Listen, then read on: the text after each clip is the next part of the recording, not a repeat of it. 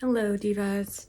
Today I'm going to do my first book video on here. Something that's important to me as a person, as someone who is also would call themselves a poet, is reading. I've loved reading since I was a child. I am that girl who grew up reading so much so she knows a lot of words but not how to pronounce them because she was under-socialized. Ever since I got out of my teens, I find that reading has been harder for me to pay attention to a physical book for longer periods of time, where I used to be able to knock out books in 1 or 2 sittings.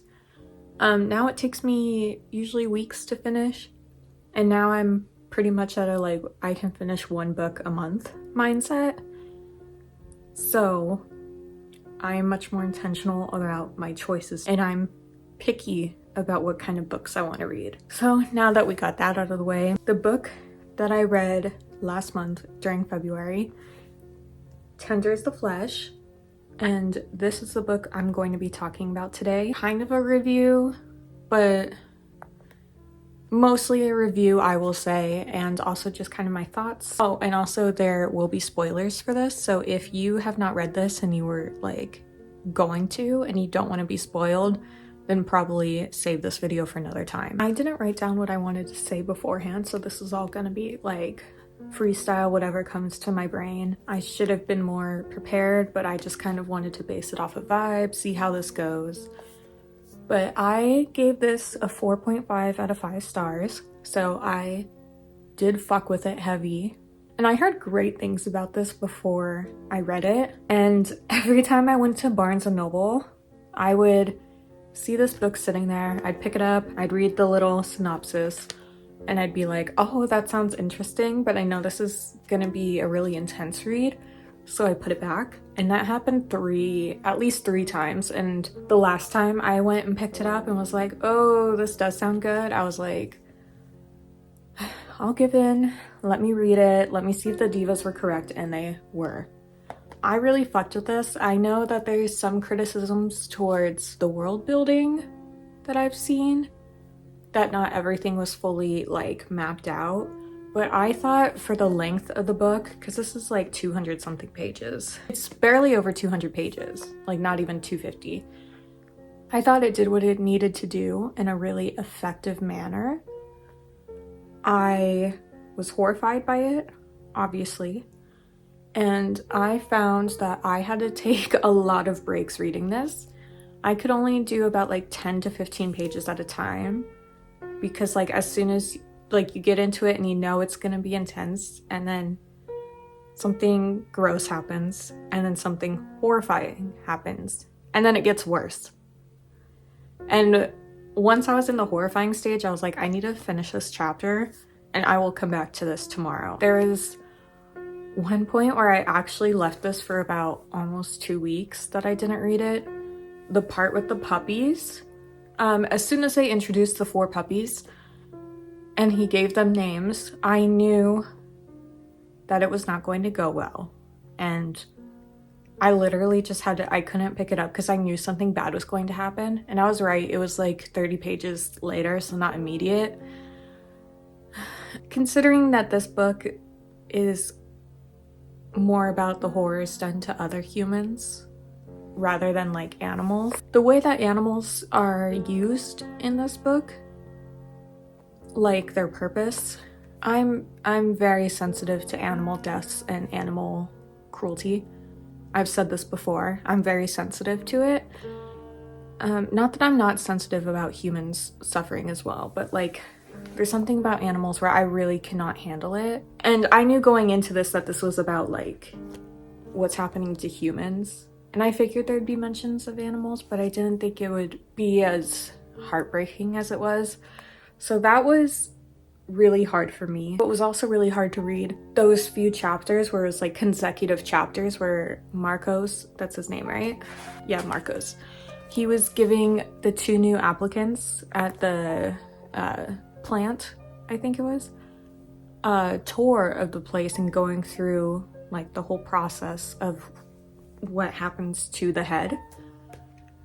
And that was really, really hard because it went through every single process, and it did not shy away from the details and how things were done. And again, I'm sensitive to animals, and it's horrifying thinking about this happening to humans, but it also really kind of puts into perspective what humans do to animals as well. Like, I'm assuming that that's based, like, I mean, not everything, obviously, because it's different with humans, I would assume. Animals, you know, being what happens to them in the process of being turned into meat.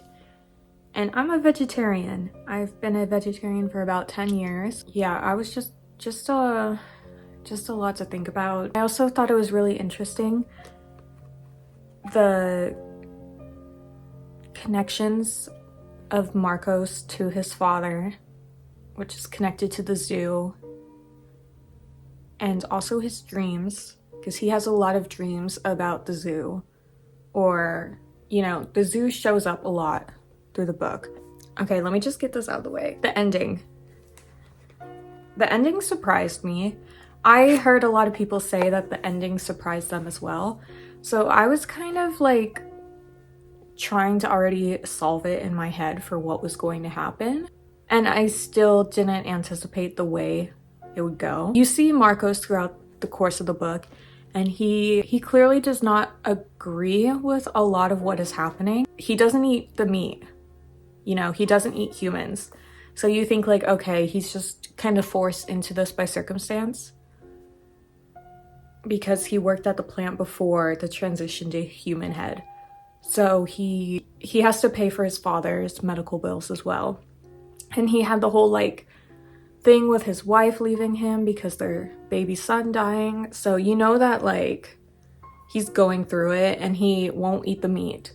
So you just kind of assume like, okay, he's not vibing with this clearly. He morally opposes to this. The way Marcos gets more and more angry and impatient at everyone who participates in this culture, you think it's building up to him, you know, running away with Jasmine or something of the sort. Jasmine, if you're watching this and like you don't care about being spoiled and you have no intention of reading, Jasmine she was a human head. Head is what they call humans that are being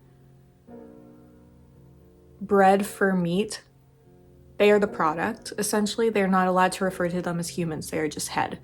And she was dropped off at his place as kind of like a gift of some sorts. And he was very resistant to it at first because he's like, hey, I actually don't want this head living with me. I have no plans to do that. Like, that's a lot. It's kind of an inconvenience for me. And the guy's like, no, but it's a gift. So you kind of like, you need to take it. It'll be rude if you don't. So he's very resistant to having his own head at his place and not just at the plant. But then he falls in love with her, or that's at least the vibe that you pick up on. Yeah, the synopsis says, though he's aware that any form of personal contact is forbidden on pain of death, little by little he starts to treat her like a human being. And soon he becomes tortured by what has been lost and what might still be saved. So you think like, okay, like he's in love with her and he starts a relationship with her, essentially, even though she can't speak or communicate to him. She can only make like, I don't even know if she can make noises because she can't laugh. And she was bred into this. She wasn't one of the humans like that they caught, someone who was already living their full conscious life and then turned into head. She was bred into this.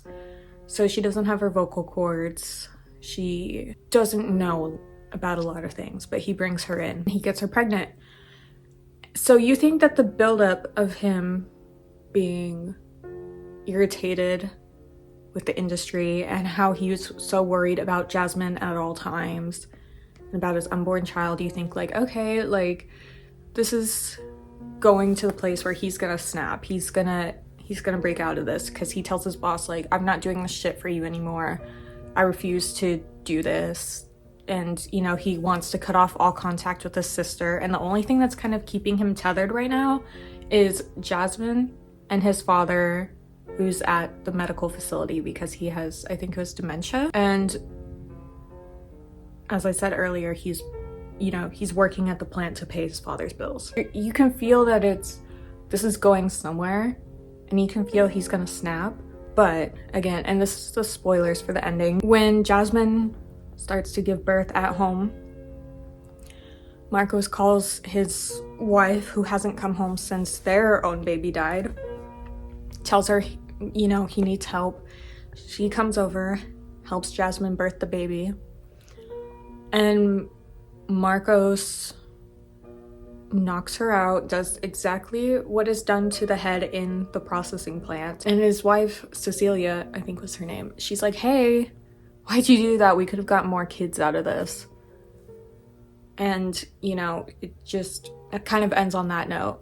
Like, he got his baby from her. He replaced the child that he had lost with his wife, and now he reconciles with her. And his usage of Jasmine, he doesn't need her anymore. And she just becomes another head. Even though when she was under his care, he treated her like a human for the most part. It seemed like he was overly protective of her, the way he made things inaccessible to her, but out of her own safety because she didn't know what things were, like her using knives to draw on the floor, stuff like that. But no, that was just because he got something out of it, and he just continues the cycle. And I think that's a really good commentary on how women in particular are treated in this country, in the world, in society. How we are just seen as pieces of meat. We have a purpose, or men, thrust a purpose onto us and decide that this is what you're good for, and that's it. And you think he's maybe he's not like the best guy, but you think he's at least going in the right direction, but he's just serving his own interests. He doesn't care about the head as a whole. He doesn't care about wanting to at least save the life of Jasmine. It's a really extreme version of how men treat women, or those they deem as disposable. And it's really scary, but really good. I thought it was really good commentary. I thought it was a really good analogy for it. Yeah, so there's a quote on page 61 where it says, he asked himself while they raised their glasses in a toast how many head had paid for the education of Sergio's children, how many times he'd had to swing a club in his life. Marcos always thinks about how many people have you had to kill to be able to give your family the life they, need, the life you guys want. What is the price of other human beings' lives? That's something that's discussed, and Marcos, he's clearly aware, so you think he's aware enough not to do it himself. But, he also comments a lot about how the virus that made animals unsafe for human consumption, that the virus was just like a government hoax, essentially. He thinks it's bullshit. He doesn't believe that that's the real reason, and that, we don't need to be eating humans. So it's interesting, again, the twist that he does it anyways, that he's gonna use Jasmine for his own purposes. The very ending quote starts with Marcos knocking Jasmine out with the club, much like they do at the processing plant. He's essentially just doing the exact same process. Even though he doesn't do it at the plant himself, he oversees everything, but he doesn't partake in it. He knows what to do, and he starts acting it out. Cecilia says why she could have given us more children. And so the final sentence of the book is, as he drags the body of the female to the barn to slaughter it, he says to Cecilia, his voice radiant, so pure it wounds, she had the human look of a domesticated animal. And I think it's important to note that he says, as he drags the body of the female. So Jasmine already lost the name that he gave her. She's no longer Jasmine, she's just a female. And she had the look of a domesticated animal. Jasmine, after she gave birth, the most human, I want to say, because she's obviously human, but the most that she's been able to really tap into being a human is when her baby's born and she's trying to signal, like, you know, like, give it to me. She wants her baby, but Marcos and Cecilia immediately like take it from her because they're like, no, this is ours now. And she's upset about it and frantic to get to her. Maybe this was building up for Marcos this whole time. Maybe he knew that deep down, without saying it, this is what he wanted to do. Or he could have snapped at the end and have seen, you know, like, she's getting a little too human. She had the human look of a domesticated animal. Yeah, that's sticking with me for a while. I really enjoyed this book. I think it did what needed to be done. It was very effective in such a short amount of time as well. I think it could have been longer. It could have expanded on the world building, but I personally don't think any more was necessary. It was horrifying. It was as intense as I thought it was going to be. And if you haven't read this yet and you're thinking about reading it and you watch this anyways, definitely make sure you're in the right headspace for it. Unless if you're someone who like consumes horror stories on like the daily, where it's kind of like, you know, just another one. But this one is graphic.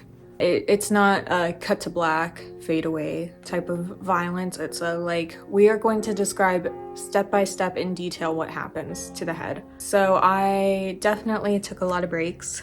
I wanted to talk about the dream he has. Let me see if I can find it. So in his dream, he's at the zoo in the aviary, which is one of the places he and his father went to all the time when his father was still present. It says before the transition, so this was before society is as it is now. He hears the deafening sound of millions of wings flapping, only there are no birds. There's a bunch of birds and butterflies, but they're all static. They're not moving. And every time he tries to touch one, it crumbles. One of the birds opens its beak and starts, you know, to make a noise, and instead of it being a bird cry, it's the sound of a baby cry, a human cry. And he's trying to leave the aviary, run further into the zoo, but there's a bunch of men, and all the men are actually just versions of himself. In his dream, he kills a bunch of the different versions of himself, and in one of them, he hugs them. So he has various different viewpoints of his